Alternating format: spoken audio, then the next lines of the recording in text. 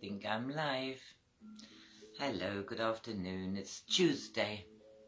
I am reading BLISS, Afterlife, the first book. I started in 2006. It was just a story I was writing because I had time, and then I wrote on and off for the next 10 years, and I sort of finished book 1 in 2016-17. Anyhow, here we are at chapter 74. This is a story about a reincarnation, and Bliss has passed over at 95 a few years ago. At the refuge, Christmas. Susan was in the kitchen. She felt this wave of happiness washing over her. She had been in a mild state of excitement ever since she'd bumped into David. With Ben and Faye now here, her lovely sister Holly and amazingly handy Chris, and beautiful Tony about to arrive, the house was buzzing with all the residents finishing off the big tidy-up. The refuge looked and felt warm and joyful. It had started to smell delicious too, as the turkey was roasting away and Anna was peeling potatoes, singing along to the Christmas tunes on the radio. Upstairs was the same station, and when White Christmas by Nat King Cole came on, the whole house started to sing along. Or at least that's what it sounded like.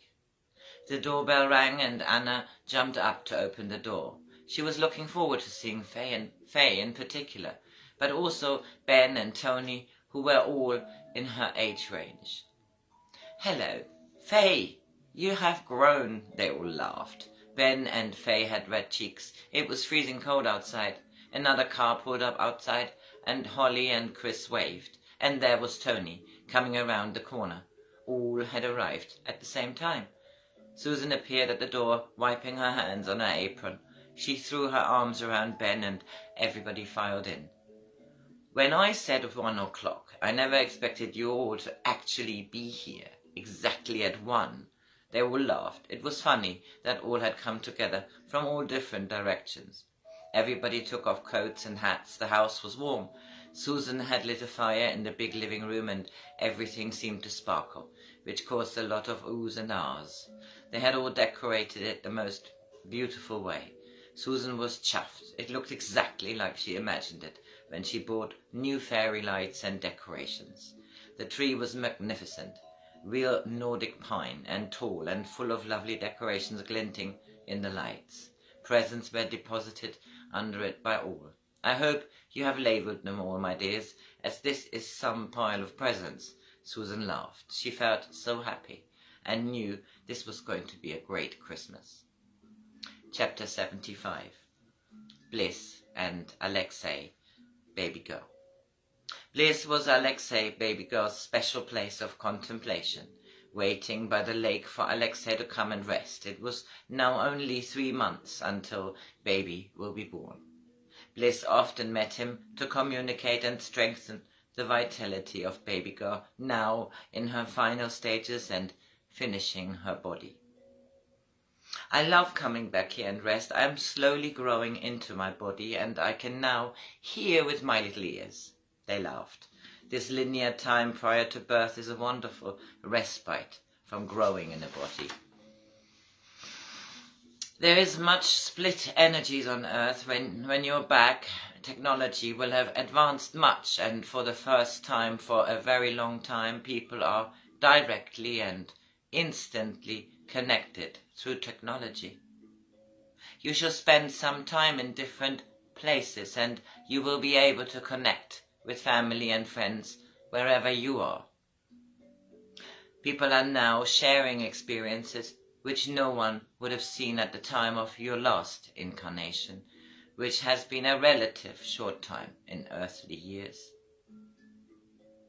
You're used to mobile telephones and television and all of that in your being. When I reincarnated at Bliss, I had not been back on Earth for over 400 years. I was often so excited to be back. Life was so much easier in the 21st century When I was previously on this planet, it was the Middle Ages.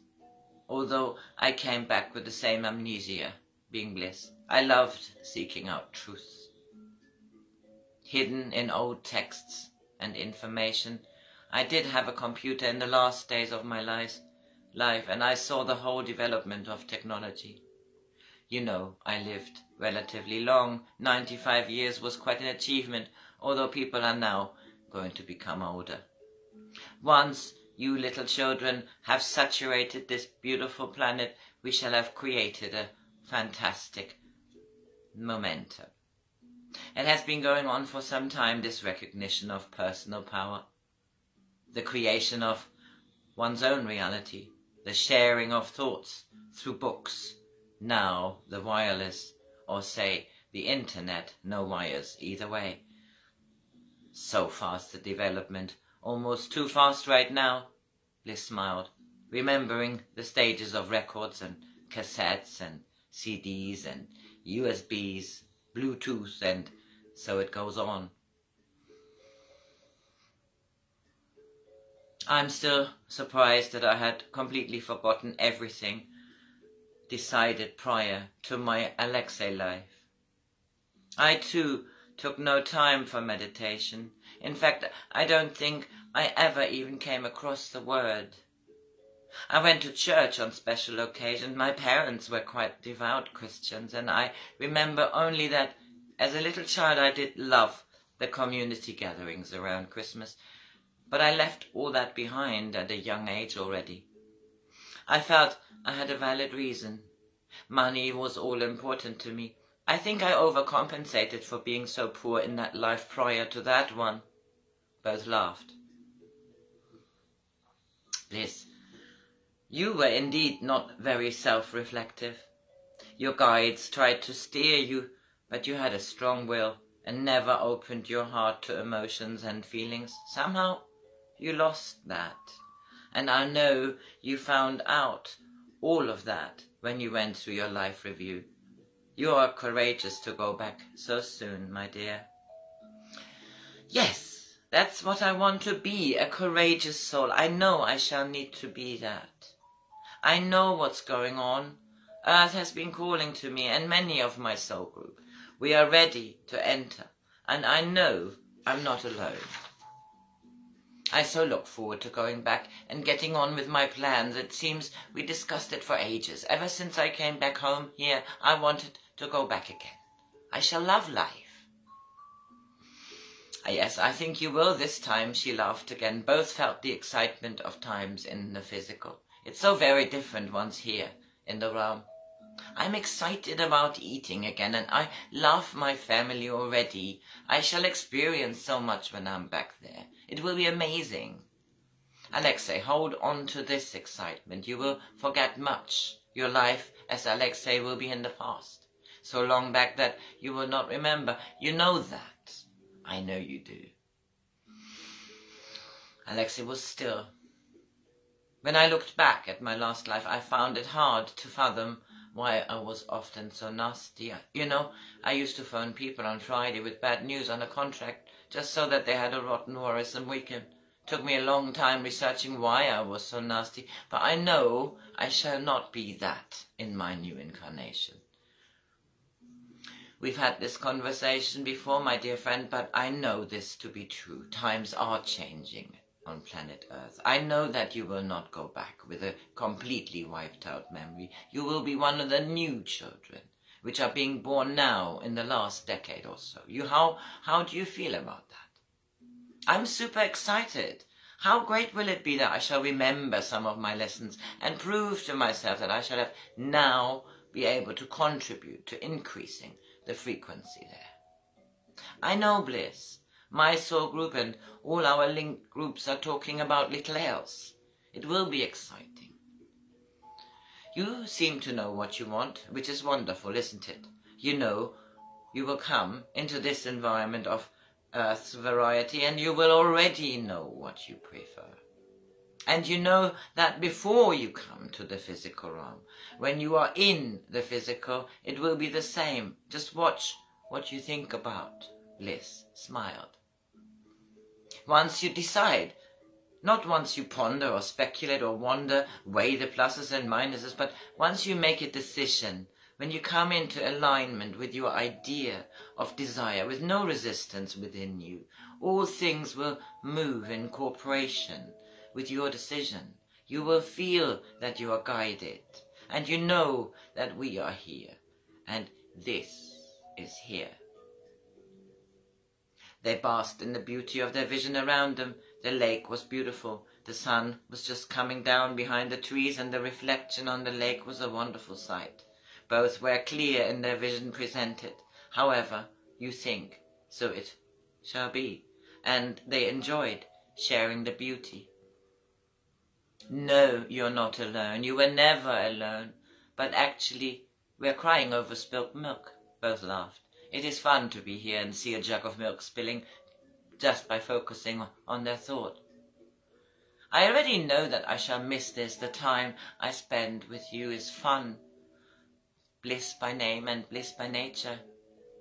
You are strong, dear Alexei, soul friend and brave. You will find many on your wavelength in your family. You will make friends of a like mind. Keep your vision clear. Be cheerful. Enjoy life. Laugh lots and raise the frequency of all you encounter. Bliss blessed Alexei and they parted. Both had work to do. Alexei knew he would be born in London. His parents would not get on the plane back to China. She will be in a rush to appear.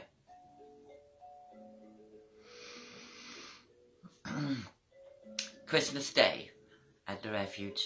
They had all had a wonderful evening, a perfect Heiligabend. The 24th is always a special occasion, particularly for the core family, with Bliss always making that day as special as in Germany. Holly and Susan had kept this tradition. All their family, as well as Anna and Faye, had had a long meal, presents were exchanged, and they played cards until quite late. Susan had been up early. The refuge was quite still, as everyone had agreed that Christmas lunch was not going to be before 4 p.m. Everyone wanted a leisurely day. Some had wanted to go to the beach, and she was not sure if they had actually gone or if they were all still asleep. She enjoyed the peaceful kitchen. They had washed up and cleared everything together last night. Dilly and Wisdom had gone to bed earlier, and she could hear his laughing faintly upstairs. Sinead and her 3 children had gone away, after all, to her sister's place, and it looked as if she might move up north for good. They had decided to talk about it in the new year. She sat down to enjoy her tea and found herself thinking of David again. Yesterday had been so busy that she had had little time to gather her thoughts. No one apart from Holly would know him, and she was a little worried that she was romanticizing it all. It had given her such a rush to connect with him, but the last couple of days here had been so busy, and she had started to wonder if she really wanted to start on this emotional roller coaster again. Her life was quite serene, and she felt in charge of her emotions to some extent. This had thrown her completely off balance, and although she had felt so happy, maybe it was all just going on in her head. She had not heard from him, and maybe he regretted being so enthusiastic, or maybe it was just surprise to meet. Susan felt a little empty suddenly. She had given him her card, but maybe he would just disappear again out of her life. Hello, hello, Susan, that's a serious face on this sunny Christmas morning. Dilly and Wisdom had come in, and Susan pulled herself together. No, I'm just thinking of the timing of today. Merry Christmas, my dear, and Merry Christmas, little man. She bent down to hug Winston and gave him a kiss. Ah, Merry Christmas to you too. I'm really looking forward to today. I cannot remember when I felt so positive about things with all of us here at the refuge. It feels so like a family, one of the best kind. They laughed. It was true. Last night was fun, and she knew many hands would make light work today, and Winston will find plenty of adults to fascinate. He was such a lovely boy, and very curious. He was coming on for 7 years in the new year, and that would be quite a milestone. He didn't really know his dad at all. Dilly had come here a couple of years ago. She had lost the place she and Winston had stayed in since he was born. She had only had a brief affair with Winston's father, and although he was in touch on and off when she discovered she was pregnant, he had only seen Winston twice. Had in the meantime fathered another 2 children with 2 different women, and Dilly had no idea where he was at the moment. She had met Susan in a supermarket when she must have been at her lowest 2 years ago, and they had started to chat as Winston was playing up wanting things she could not afford. In fact, she had barely enough money to feed them, and she had lost the roof over her head. Susan had been incredibly helpful. She moved into the refuge, and it had done her a world of good. And Winston too, as he was now ready to move into her new place. Life looked up, and Dilly was looking forward to the day. They settled for a chat and started to make breakfast. Chapter 77. David. David had just put the phone down and sat down in the kitchen. He had had a lovely morning with Maisie, his daughter. He had found a couple of lovely things for as a present, and she knew what he liked to read. And they had salmon and scrambled eggs, and both didn't get dressed properly until the early afternoon. They were going to go out for Christmas lunch. He had just spoken to his Auntie Leni. She was 85, living in Lymington, which was on the south coast, and he confirmed that they would both come over to hers the next day, Boxing Day. She was his last remaining relative in England, a sister of his mother's, and he had kept in touch with her over all the years. Firstly, they wrote letters to each other and then emails. Now they often spoke on Skype, and they were well aware of each other's lives. His auntie became interested in all of this new technology when he had his children, because she wanted to keep in touch with him and his family. It was great, as she had now spoken to Trudy and to Maisie quite regularly. She was fun to be with, always interested in young people. She was also a tarot reader. So interesting how both the girls were happy to ask her for advice, and David was sure they occasionally contacted her independently. Leni had always been quite adept at learning the way to write emails, and she had an iPad. Once she had got over her initial reluctance to step up from monthly phone calls with David when Margaret passed away. She was a regular virtual visitor in their home in Australia. He was looking forward to seeing her. It had been a long time. She visited them when the children were smaller, and until about 10 years ago. She used to come for an annual visit, but she had a dog and 2 cats and did not enjoy the hassle of flying anymore. He felt very connected to her. For him, she was so full of insight into the non-material and metaphysical. His parents were quite wrapped up with each other when he was young. As a child, he rarely saw her, but he remembered her giving him one of her readings the week he had decided to get up and leave for England. She had advised him to let the wind blow around his nose. He was a restless young man, and although quite smitten with Susan, he remembered his aunt saying that if she was the love of his life, maybe he should have a little more life. Otherwise, he might never know. His mum and dad never knew how he felt.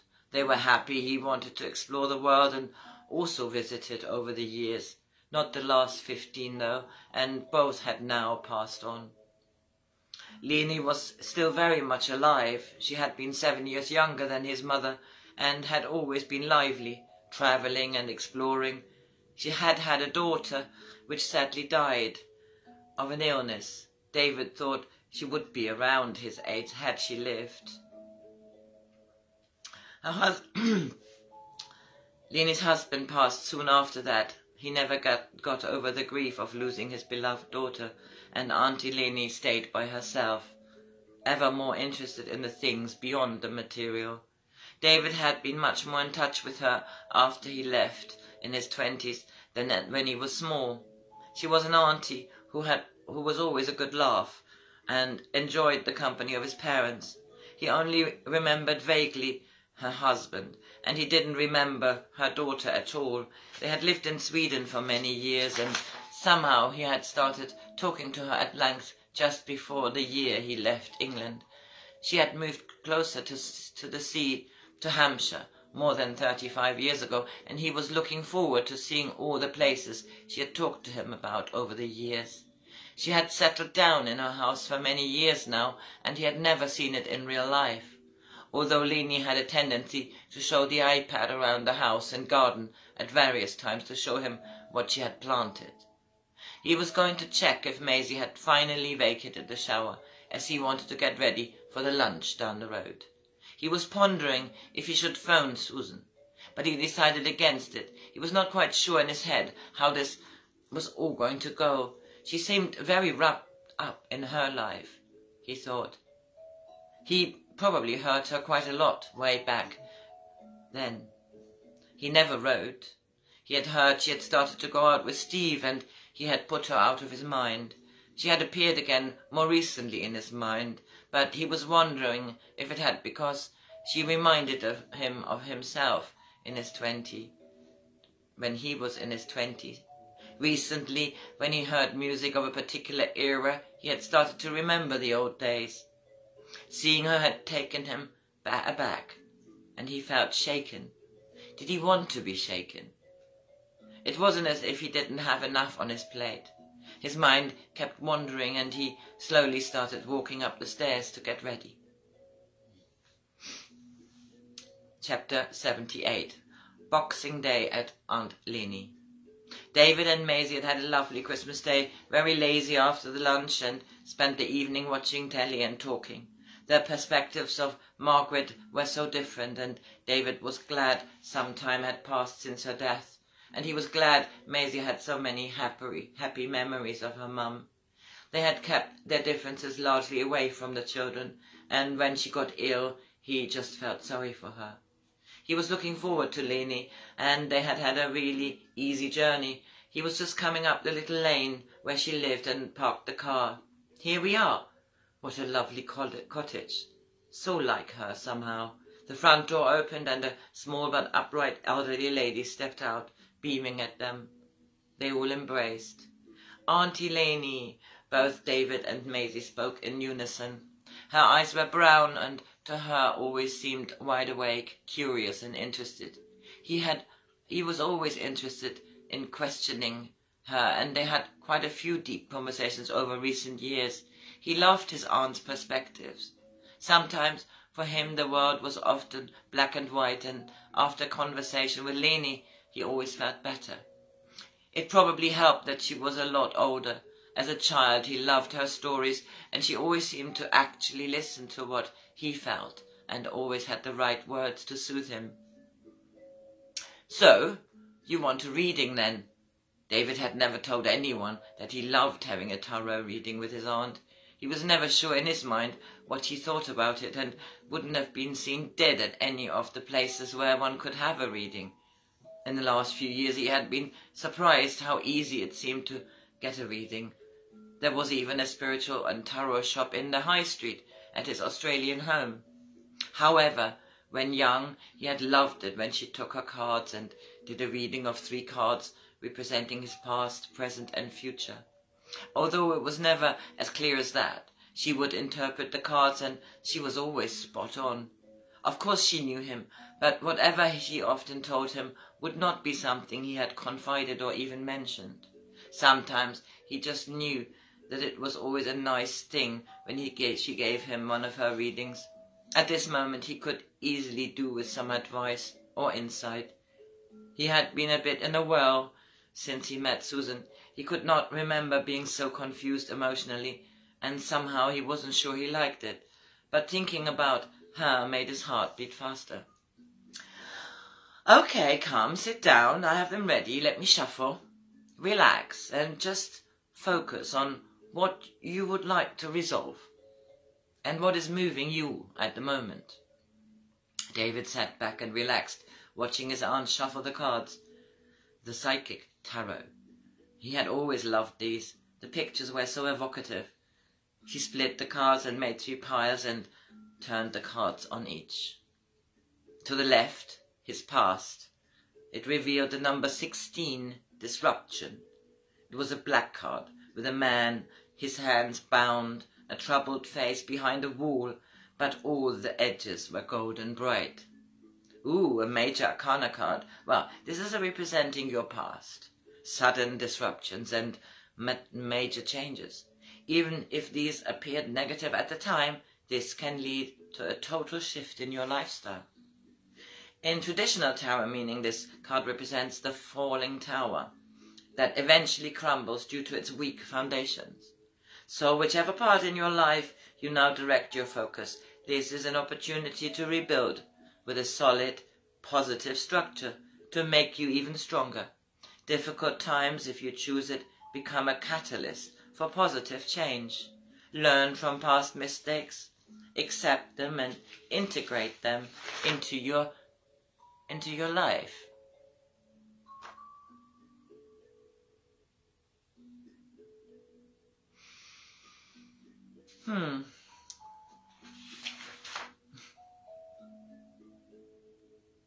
As stepping stones, life has a habit of moving you forward, whether you're ready or not. Well, and 16 reduced to a single digit in numerology is 7, which represents spirituality, inner awareness, mastery, wisdom, insight, and success. Does this resonate, my dear? Gosh, yes, you know it does. The last 10 years have been such an emotional roller coaster. Margaret and I were close to separating when she discovered her illness. I felt perpetually guilty because I did not love her, not the way one should want to love a wife. I have to say that I felt incredibly free at the moment. Really, all this is behind me, and meeting Susan has given me a buzz. When he said it out loud, he realized that this was true, despite being preoccupied with his move back here with Maisie, on where to live and what to work, etc. He had felt inspired just thinking about the old times where music was his main passion, and Susan for a while. Okay, let's go to the presents. The card revealed another major arcana card, number 19, light, and it showed a bright figure of a woman looking upward with sunlight streaming from her. Stars and yellow, beautiful yellow and orange colors, again a black edge as a major arcana card had. Wow, this card reassures you that it is your time to be in the light. No matter what's happening around you, prosperity and bliss are promised. Oh, David, this is such a lovely card to draw. This is one of the best, if not the most positive card in the deck. And there were over 60 in this one.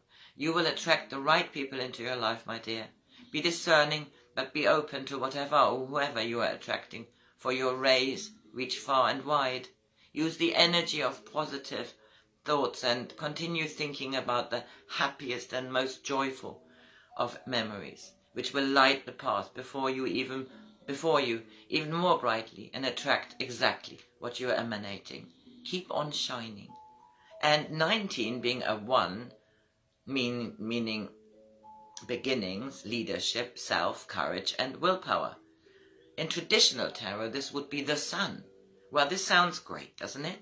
Okay, the last one, your future. The card showed yet another major arcana card, the number 2, intuition. A beautiful side portrait of a woman in what looked like a cloak, her head partly covered by it, eyes closed in contemplation or meditation. A door showing partly behind her, a heavy-looking golden door, light emanating from it. A round disc which looked like it had stars and a black universe showing on it. Intuition is the language of the soul. This card shows you that you should use your intuition. Give it a chance, David, and you will quickly notice how intuition is trying to catch your attention. With so much information in this world vying for your every thought, it is easy to ignore or fail to acknowledge your insight.